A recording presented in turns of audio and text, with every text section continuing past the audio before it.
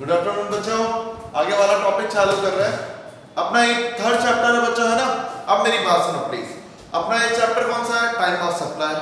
क्या समझाया था मैंने? कल एक दो बच्चों को बाद में डाउट भी आ रहे थे, तो इसलिए मैं एक बार वापस बोल रहा हूँ। क्या समझाया था इस चैप्टर में? ये चैप्टर गवर्नमेंट ने अपन लोगों को क्लियर करने के लिए बनाया है कि देखो, ये दिन होते के साथ, ये तारीख का आते के साथ आपके ऊपर क्या लग जाएगा? जीएसटी, है ना। तो ये बात है बच्चों कि ये चैप्टर हम पढ़ रहे हैं केवल वो दिन देखने के लिए जिस दिन अपन को पता चल जाएगा कि अपन पर जीएसटी लग चुका है। मतलब हमें ये तो पता है कि जीएसटी लगना है, लेकिन डेट एग्जैक्ट नहीं पता, और एग्जैक्ट नहीं पता तो कई बार दिक्कत आ जाती है, मंथ चेंज हो जाते हैं और टैक्स महीने के महीने चुकाने होते हैं। तो गवर्नमेंट कहती है, लोगों को क्लियर कर देते हैं कि भाई देखो, इस तारीख को आपका टैक्स ड्यू हो गया है। अब वो जो तारीख जिस मंथ से बिलोंग करती है, उस मंथ की अगले जो भी तारीख आती है, 7 तारीख, 10 तारीख, 20 तारीख, जो भी है, उस तारीख तक पेमेंट करना होता है। ये अपन सीख रहे हैं टाइम ऑफ सप्लाई में, है ना। टाइम ऑफ सप्लाई में फर्स्ट अपन ने पढ़ा था गुड्स का केस। टोटल 4 केस है बच्चों। पहला था time of supply in case of goods where liable is supplier. मतलब अपन पढ़ रहे हैं, पहला केस ये है कि अगर सप्लायर लायबल है, अगर एग्जाम में कुछ नहीं दे रखा तो सप्लायर ही लायबल होता है, और क्वेश्चन में दे रखा है गुड्स बेचा जा रहा है, तो गुड्स का केस है, गुड्स बेचा जा रहा है, लायबल है सप्लायर। तो गवर्नमेंट कहती है 3 तारीखों में से जो सबसे पहले तारीख आएगी, उस तारीख को आपके ऊपर जीएसटी लग जाएगा। याद आ रहा है? 3 तारीखों में पहली तारीख क्या थी? एक, जिस दिन इनवॉइस इशू किया। दूसरा, लास्ट डेट ऑफ इनवॉइस। कल एक साथ बच्चों को डाउट बाद में आया, उन्होंने बोला कि सर इनवॉइस इशू करना जरूरी थोड़ी है, या फिर इनवॉइस अगर पहले इशू करेगा बाद में तो वो वैसे भी इशू नहीं करेगा। बच्चों, गवर्नमेंट ने खुद की सेफ साइड ली है। सेफ साइड मतलब अगर कोई सेलर ईमानदार है, टाइम से पहले ही इनवॉइस इशू कर दे ताकि वही सामने वाला पेमेंट 3-4 दिन में अरेंज कर ले, तो वो पहले इशू कर देता है। कोई अच्छा इंटेंशन नहीं रखता कि टैक्स चोरी करनी है और इनवॉइस इशू नहीं करता, तो फिर गवर्नमेंट ने उसके लिए बी पॉइंट बनाया कि बी पॉइंट कहता है कि इस डेट को, last date of issue of invoice, कि इस तारीख तक तो किसी हाल में इनवॉइस इशू हो ही जाना चाहिए। उसके बाद करोगे तो उस डेट का कोई मतलब नहीं है, पहले कर दोगे तो वेल एंड गुड है, टैक्स जल्दी मिलेगा गवर्नमेंट को, ठीक है। वो लास्ट डेट में क्या बातें थी? मूवमेंट ऑफ गुड्स इन्वॉल्व है या इन्वॉल्व नहीं है? इन्वॉल्व है तो जिस दिन गुड्स रवाना हुआ उससे पहले इनवॉइस इशू करना है, ठीक है। और अगर मूवमेंट ऑफ गुड्स इन्वॉल्व नहीं है, date of receipt. Date of receipt मतलब आपको सेलर ने गुड्स थमा दिया कि ये पकड़ो आपका गुड्स, उससे पहले इनवॉइस इशू हो जाना चाहिए। तो ये बी पॉइंट आ गया। और सी पॉइंट है date of payment. Date of payment मतलब गवर्नमेंट कहती है, कई बार ऐसा होता है कि बायर सेलर को 2 महीने पहले ही एडवांस देके आ चुका, डिलीवरी अब लेने जा रहा है, तो गवर्नमेंट कहती है पहले ही पैसे आ गए तो जीएसटी भी पहले ही चाहिए। इसलिए गवर्नमेंट ने कहा date of invoice, date of payment और last date of issue of invoice, तीनों में से व्हिचएवर इज अर्लीस्ट। और एक और चीज बताऊं, ये वाला टोटल 4 केस है, 3 आज अभी पढ़ाऊंगा, एक पढ़ा दिया। वो जो एक केस है ना, वो इजी भी है। वो इजी क्यों है पता है? आप ढंग से पढ़ना, उसमें यही लगेगा जो तारीख एग्जाम में सबसे पहले की होगी वही तारीख जो होगी वो टाइम ऑफ सप्लाई कहलाएगी। मेरी बात समझ में आ रही है? अगर वो क्वेश्चन जो कल वाला पॉइंट मैंने बताया उसका एग्जाम में क्वेश्चन आता है, तो सबसे इजी बात क्या है? जो सबसे पहले डेट आएगी वही डेट टाइम ऑफ सप्लाई। लेकिन ऐसा केवल उधर हो रहा है। आज जो 3 केस पढ़ाऊंगा उसमें ऐसा नहीं है, रट मत लेना जो सबसे पहले डेट है वही टाइम ऑफ सप्लाई है, नहीं तो मैं भी इतनी मेहनत क्यों करता, है ना। तो अब अपन बचे हुए 3 केस पढ़ते हैं। Second number case, time of supply in case of goods. वो तो कल भी पढ़ा था, लेकिन कल लायबल था सप्लायर, आज कौन है? रिसीवर। अगर आपके एग्जाम में बहुत रेयर केसेस में ऐसा होता है जहां लायबल रिसीवर हो, जहां लायबल रिसीवर है वहां तो गवर्नमेंट अभी पूरे प्रोविजन लाई भी नहीं, फिर भी पढ़ना तो पड़ेगा, कानून है गवर्नमेंट का। अगर आपके एग्जाम में लिखा है लायबिलिटी है रिसीवर पर जीएसटी चुकाने की, और केस कौन सा है? गुड्स का, तो उस केस में कौन से दिन जीएसटी लग जाएगा? इधर भी यही है, 3 तारीखों में से व्हिचएवर इज अर्लीस्ट। लेकिन यहां 3 तारीखों का मीनिंग थोड़ा अलग है। मेरी बात समझ में आ रही है? वापस सुनो। गुड्स के केस में सप्लायर लायबल होता है तो भी 3 तारीखों में से whichever is earliest। अगर गुड्स के केस में रिसीवर लायबल होता है तो भी 3 तारीखों में से whichever is earliest। लेकिन यहां 3 तारीख कौन सी है वो देखनी पड़ेगी। पहली, date of receipt of goods, मतलब अगर क्वेश्चन में देखते हो लायबल कौन है, रिसीवर है, तो पहले तो ये देखो गुड्स उसको कब रिसीव हुआ। वो जो अपन ने कंसेप्ट पढ़ा था ना, last date of issue of invoice, वो नहीं चलेगा। मूवमेंट ऑफ गुड्स इन्वॉल्व है या नहीं है, यहाँ तो सीधा है आपको किस दिन गुड्स मिला, वो एक कॉलम में तारीख भर दोगे। B point, 30 days from the date of invoice by supplier. देखो लायबल आप हो, मेरी बात सुनना, लायबल आप हो लेकिन बिल तो सप्लायर ही देगा, ठीक है। और वहां पर था डेट ऑफ जिस दिन बिल दिया, यहां पर 30 दिन की छूट मिल रही है आपको। यहां पर क्या, सुनो जैसे एग्जांपल लेता जाता, यहां लिखा हुआ है कि भाई गुड्स मिला 10 अक्टूबर को, तो डेट ऑफ रिसिप्ट में 10 अक्टूबर हो गया, क्लियर। यहां लिखा हुआ है कि इनवॉइस दिया 1 अक्टूबर को, 1 अक्टूबर को दिया, उसमें 30 दिन आपको जोड़ने हैं, और आपको 30 दिन जोड़ोगे तो फिर क्या आएगा 31 अक्टूबर, क्लियर। तो 30 दिन इनवॉइस से सप्लायर के 31 अक्टूबर, 10 अक्टूबर, और last third point date of receipt of payment, ठीक है। Date of receipt of payment मतलब देखो बच्चों मेरी बात सिंपल है, मैंने यहाँ पे दो में से कल मैंने क्या बताया था, पेमेंट मतलब क्या होता है, जिस दिन आपने बुक्स में एंट्री करी या जिस दिन आपके अकाउंट में पैसा क्रेडिट हुआ। सप्लायर हो तो क्रेडिट हुआ, और अगर रिसीवर हो तो डेबिट हुआ, क्योंकि रिसीवर की जेब से तो जाएगा ना, क्लियर हुआ।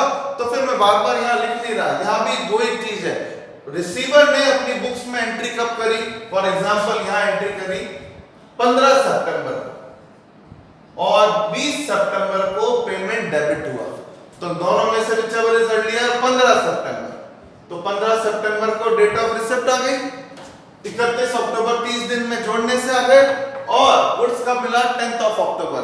तीनों में से सबसे पहले कौन है 15 सितंबर, तो 15 सितंबर टाइम ऑफ सप्लाई कहलाएगा, क्लियर। इसमें ये मत आंख बंद करके ये वो क्या बोलता है रट्टाफिकेशन मत करना कि सारी तारीखों में से whichever is earlier ले लो, ऐसा नहीं हो सकता, पॉइंट चेंज होगा तो आंसर भी बदल जाएगा, क्लियर हो रहा है, ठीक है।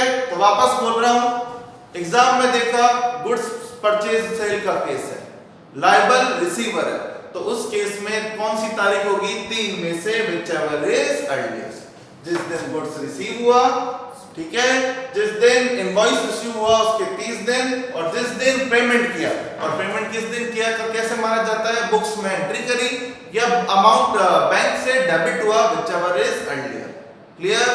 ये कौन सा केस हुआ, गुड्स का। चलो आइए अब अपन चलते हैं सर्विस के केस में।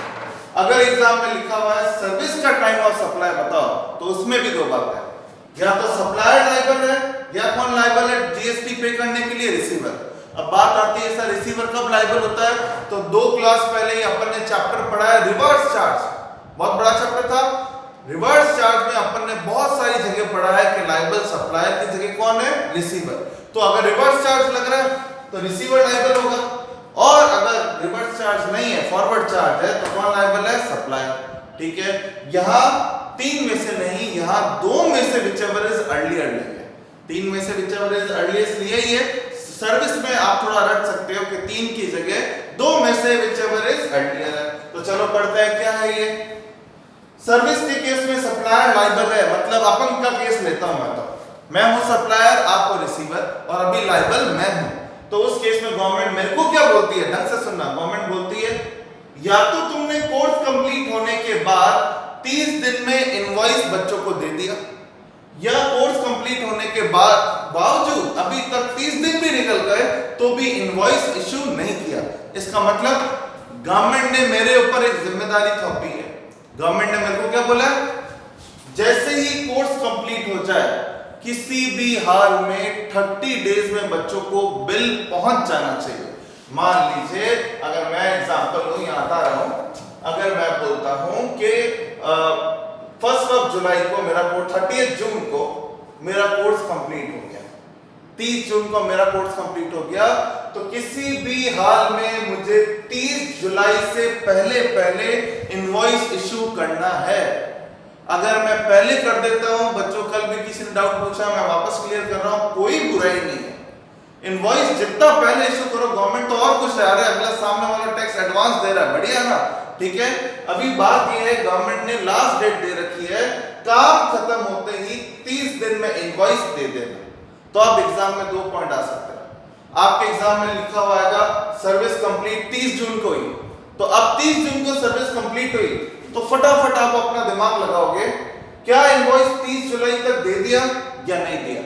दे दिया तो ये वाला पॉइंट, नहीं दिया तो ये वाला लगेगा। पहले अपन मानते हैं कि 30 जुलाई तक इनवॉइस इश्यू कर दिया, तो टाइम ऑफ सप्लाई क्या होगा, ढंग से सुनो, date of invoice, for example 16 जुलाई को इनवॉइस दिया, तो डेट ऑफ इनवॉइस 16 जुलाई, ठीक है। और date of payment, date of payment assume मान देते हैं 20 जुलाई।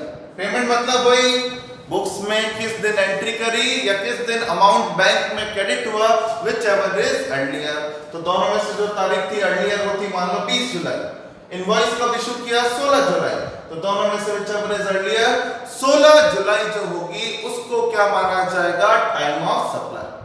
तो आप वापस बोल रहा हूं, सर्विस के केस में सप्लायर हो तो क्या देखोगे, क्या 30 दिन में इनवॉइस इशू कर दिया, आंसर आता है हाँ कर दिया। कर दिया तो इनवॉइस की डेट और पेमेंट की डेट व्हिचएवर इज अर्लियर, ठीक है। और अगर इनवॉइस 30 दिन में इशू नहीं किया, 30 दिन में इशू नहीं किया, तो गवर्नमेंट थोड़ी गुस्सा हो जाती है। गुस्सा होने से क्या होगा, टैक्स बाद में लेगी या पहले लेगी, आंसर क्या आएगा, पहले ले लेगी। अब पहले कैसे लेगी पता है, सुनो देखो, इसी एग्जांपल में समझना। 30 जून को सर्विस कंप्लीट, इनवॉइस इशू किया 5th ऑफ अगस्त को, इनवॉइस इशू किया 5th ऑफ अगस्त को और पेमेंट मिला 16th ऑफ अगस्त को। ये है डेट ऑफ इनवॉइस, ये है डेट ऑफ पेमेंट, ठीक है। गवर्नमेंट ने देखा क्या 30 दिन में इनवॉइस इशू कर दिया, क्या नहीं किया। अगर 30 दिन में इनवॉइस इशू नहीं किया तो गवर्नमेंट कहती है अब इनवॉइस तुम्हारी जेब में ही रखो। अब उस केस के अंदर होगा तो व्हिचएवर इज अर्लियर ही, लेकिन व्हिचएवर इज अर्लियर में देखो क्या लिखा हुआ है, date of completion of service. Date of completion of service क्या है, 30 जून, तो 30 जून आ जाएगी इधर। पेमेंट है आपका 16th ऑफ अगस्त को, तो दोनों में से व्हिचएवर इज अर्लियर क्या है, 30th जून। फंस गए। अगर आप इनवॉइस टाइम से इशू करते, जुलाई में इशू करते, तो आपकी टाइम ऑफ सप्लाई जुलाई आती, टैक्स अगस्त में जाके भरना पड़ता।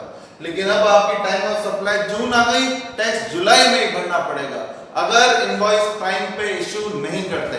और टाइम मतलब कितने दिन में इशू करना चाहिए था, 30 दिन, जो आपने नहीं किया तो अब भुगतो। समझ में आ रहा है, क्लियर हो रहा है यहाँ पर। और एक और लास्ट पॉइंट, एग्जाम में आता है सप्लायर बैंक है, FD, DD, bank charges, loan वगैरह के केस में सप्लायर होता है बैंक और अपन होता है रिसीवर।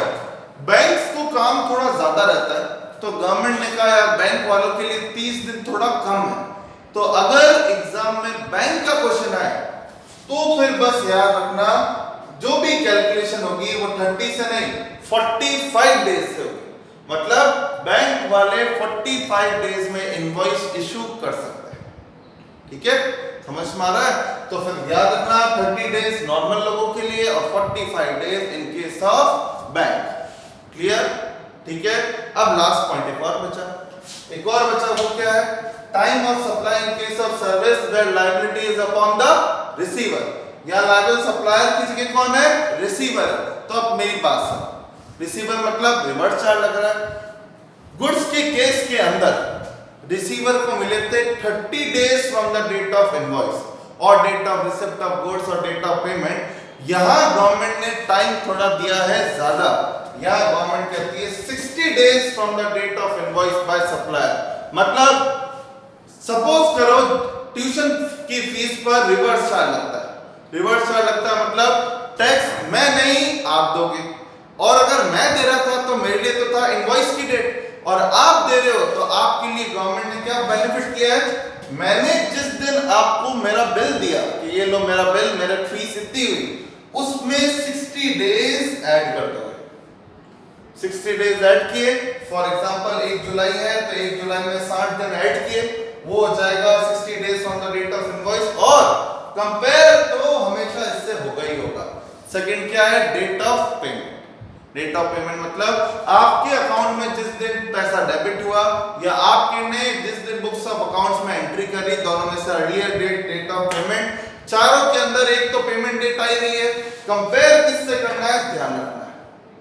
क्लियर? गुड्स में 30 डेज जोड़ना है इनवॉइस में, और इसमें कितने जोड़ने हैं, 60 days from the date of invoice. फिर इन दोनों तारीखों में जो अर्लियर होगा वो टाइम ऑफ सप्लाई कहलाएगी सर्विस में, if liability is upon the receiver. Clear हुआ? ठीक है, वापस बोल रहा हूं, ये समझ लो, अगर 1 जुलाई को मैंने इनवॉइस दिया आप लोगों को, ठीक है, 1 जुलाई को मैंने इनवॉइस दिया और आप लोगों ने मुझे पेमेंट किया 15 सितंबर को, तो अब आपके एग्जाम में आया supplier issue invoice on 1st of July and the receiver paid such amount on 15th of September.